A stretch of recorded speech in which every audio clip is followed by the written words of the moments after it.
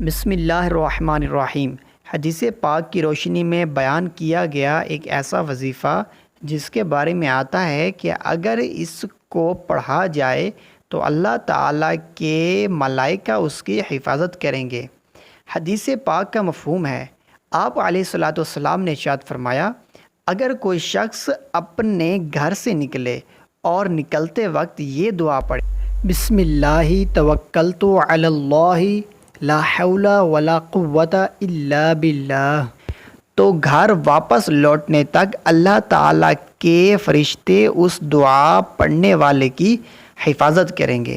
یعنی چوری، ڈکیتی، حادثات، واردات سے انشاءاللہ حفاظت رہے گی۔ صدقہ جاریہ کے لیے اس ویڈیو کو زیادہ سے زیادہ شیئر کیجیے تاکہ ہمارے دوست، احباب اور امت مسلمہ اس دعا سے فائدہ حاصل کر سکے۔ جزاک اللہ خیرہ۔